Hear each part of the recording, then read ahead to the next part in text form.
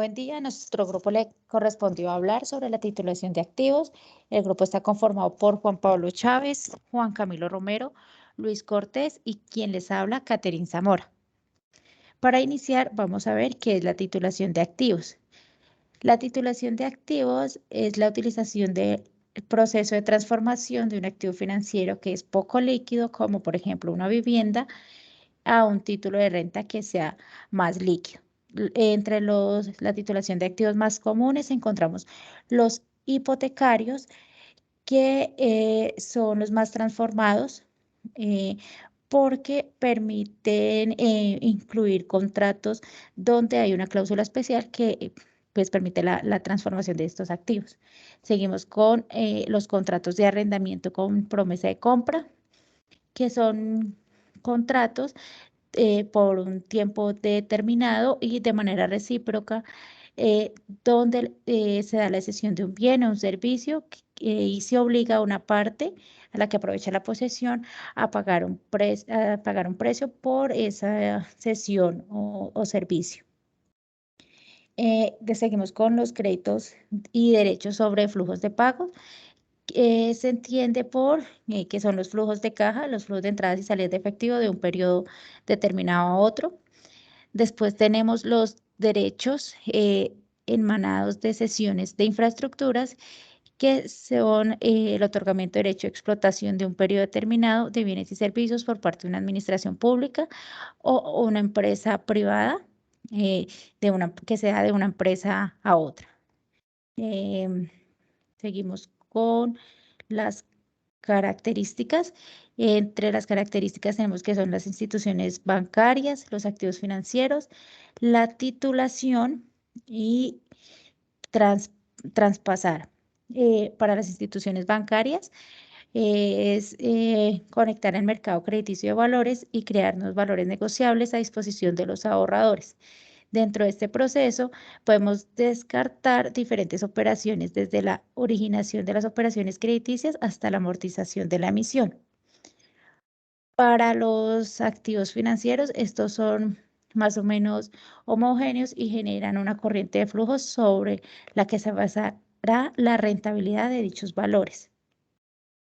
En el proceso de titulación es fundamentalmente un proceso de financiación que busca la entidad al titulizar un determinado activo, no será un rendimiento, sino la mejor financiación del mercado para sus condiciones dadas. Y traspasar significa que los activos sobre los que se emiten los valores son cedidos o enajenados por las entidades propietarias de ellos. Continuamos con las ventajas de los activos, que son básicamente tres. La primera es que nos otorga liquidez.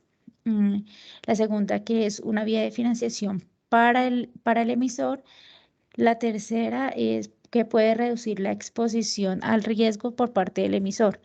También tenemos 4 desventajas en la titulación de activos, que son el riesgo de contagio por la valoración errónea de los títulos, la falta de transparencia en precios por parte de los emisores, conflictos de interés entre emisores e inversores e inasistencia de independencia de las agencias de rating.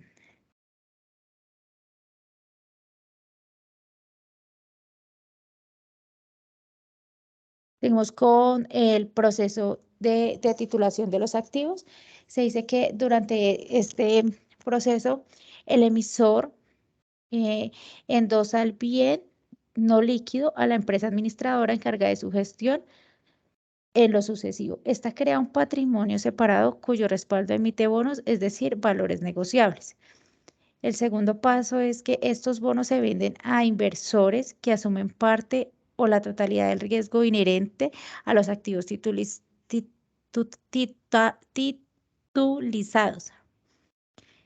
El tercero es los detalles acerca de los aspectos legales que afectan a este proceso dependen de las distintas legislaciones nacionales. Dentro de los actores de una titulación tenemos el emisor, que es la empresa o institución que posee el activo no líquido e inicia el proceso de titulación. Después tenemos al administrador, al administrador, que es la empresa que recibe y gestiona los activos titulizados. Después tenemos el emisor o ente titulizador, que son sociedades que adquieren activos titulizables y emiten los bonos. Después tenemos al estructurador, que es la persona principal de la titulación, que es generalmente el banco de inversión contratado por el originador o patrocinador, que actúa como advisor en la creación y diseño de la titulación. Después tenemos el tomador, que es un intermediario que en adelante asumirá los fondos que necesita el originador y que una vez emitidos los bonos, procura colocárselos a los inversores finales. Después tenemos a los inversores, que son las empresas o personas particulares que adquieren los bonos. Después tenemos al calificador de riesgos, que suele ser obligatorio que los bonos a emitir sean calificados por una entidad especializada que evalúe el riesgo. Y por último tenemos al depositario, que son los títulos de crédito y valores que integran los activos de estos patrimonios separados. Deben ser entregados en custodia a los bancos, sociedades financieras, empresas de depósito u otro ente especializado para estos efectos. Bueno, el proceso, pues aquí está pues más explicado de lo que se acaba de decir. Está el fondo, que es el que emite los bonos o pagarés. Y primero tenemos la entidad decente, que es el que vende los derechos de crédito al fondo. El fondo los emite a los pagarés y este los administra a una sociedad gestora que lo contrata, hace las mejores crediticias y aumenta la seguridad de los pagos. Siguiente. Ok, ya vamos a hablar un poco sobre la búsqueda de los productos, sobre la titulación de activos. Para esto vamos a ver dos casos, el caso de la titulación o lo que buscan los bancos con esta titulación y es, uno, diversificar el riesgo, dos, buscar obtener financiación y tres, convertirse en emisores de los mismos. Ya luego vamos a tocar el caso específico de las personas. Lo que buscan las personas a la hora de hacer una titulación es uno, un pago de derechos conferidos, dos, contribuir un patrimonio autónomo y tres, convertir un activo financiero poco líquido en uno más líquido. Ya vamos a tocar nuestro ejemplo teórico de titulación de activos. Es un ejemplo ya conocido. Vamos a hablar un poco sobre él, un poco por encima sobre él, porque es un caso ya conocido por todos. Vamos a hablar sobre el caso en el que el gobierno de los Estados Unidos creó el gobierno nacional o la asociación hipotecaria, GNMA, también como es conocida como Ginnie Mae, en 1968. En esta lo que vemos es que el bono de titulación de activos pues es mejor que los ABS. Y acá vemos que, digamos que esta titulación les permite aumentar sus préstamos más rápido de lo que sus depósitos crecían.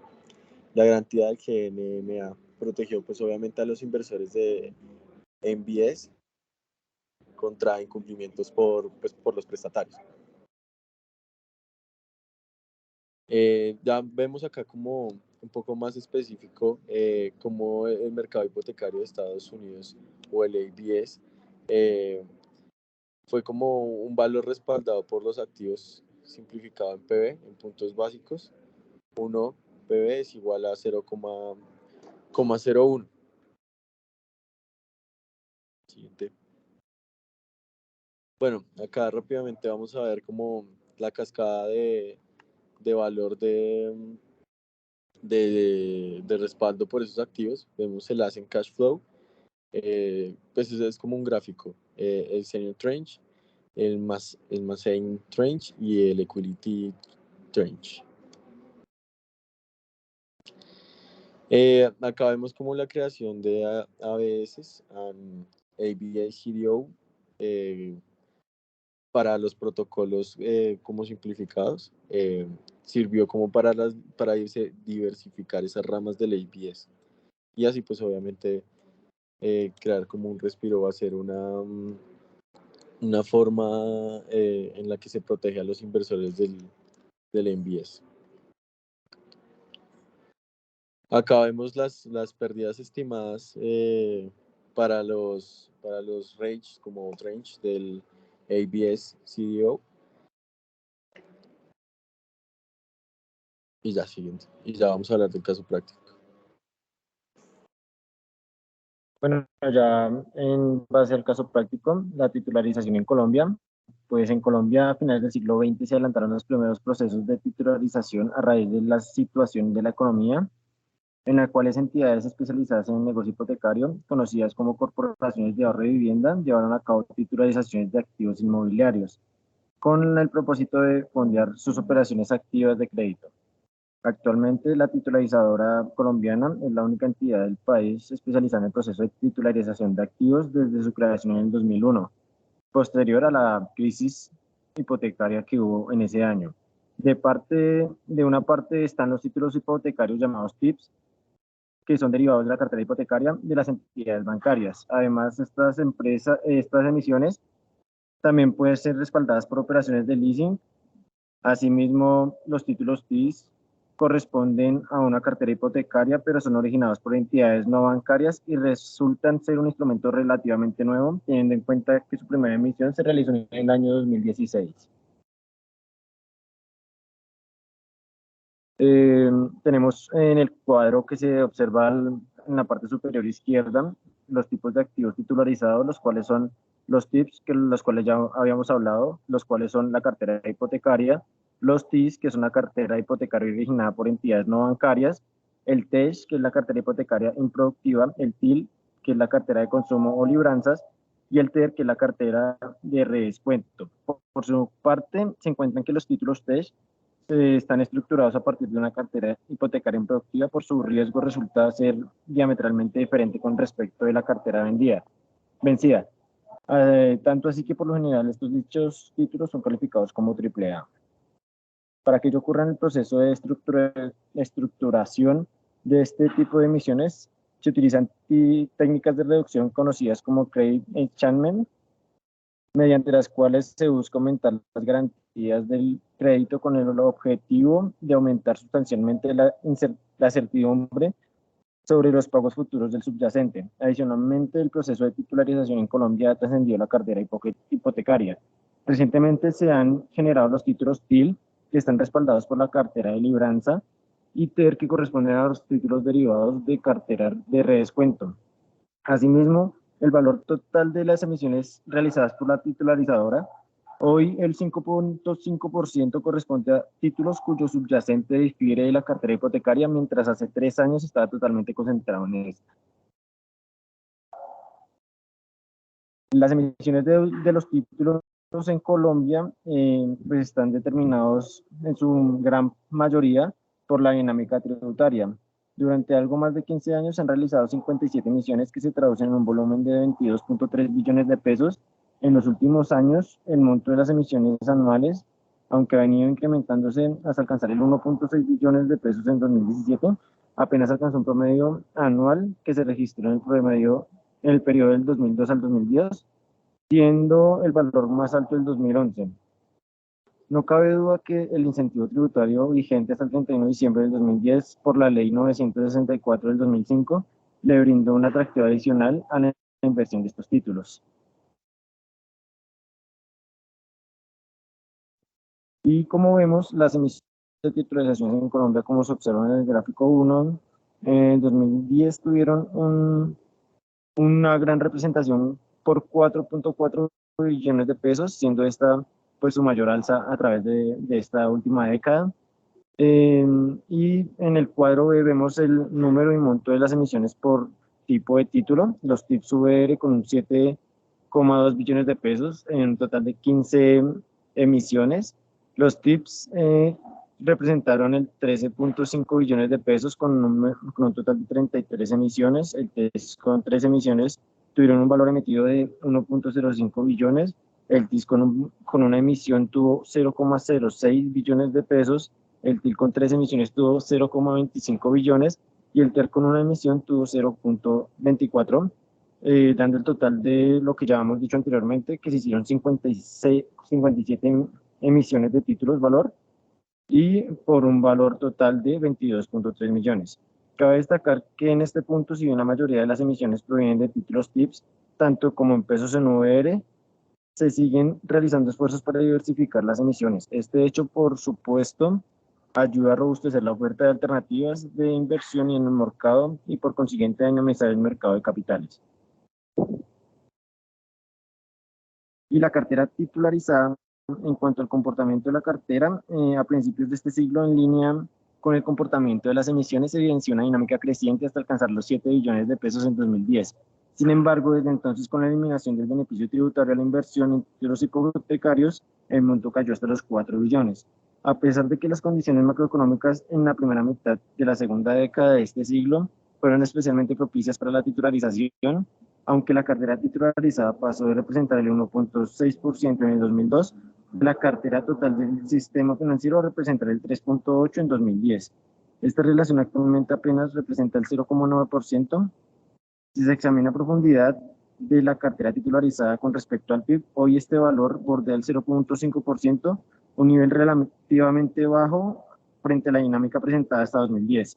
Debe recordarse que fue precisamente en este año cuando la profundidad de la cartera titularizada alcanzó su mayor participación en el PIB de 1,3%. Como vemos en las gráficas en el año 2010, como ya lo veníamos diciendo, tuvo la mayor representación con 7,3 billones de pesos y al año 2018 tuvo la caída tuvo una caída o pues se disminuyó la cantidad o el valor de los billones en más o menos 2,7%. La profundización dentro del PIB vemos que también ha venido cayendo. De los activos titularizados, el dinamismo de la cartera titularizada se debe a gran parte del aumento hipotecaria. Como lo vemos en la gráfica, la cartera representa el 95% de la cartera titularizada total, a pesar de la diversificación reciente que se ha presentado en el país a nivel internacional. Se observa mayor importancia de otros activos subyacentes. De hecho, varios mercados en América Latina han optado por rebajar la participación de la cartera hipotecaria e incrementar otras modalidades como la cartera de consumo y la corporativa. Y eso sería todo. Muchas gracias por la atención.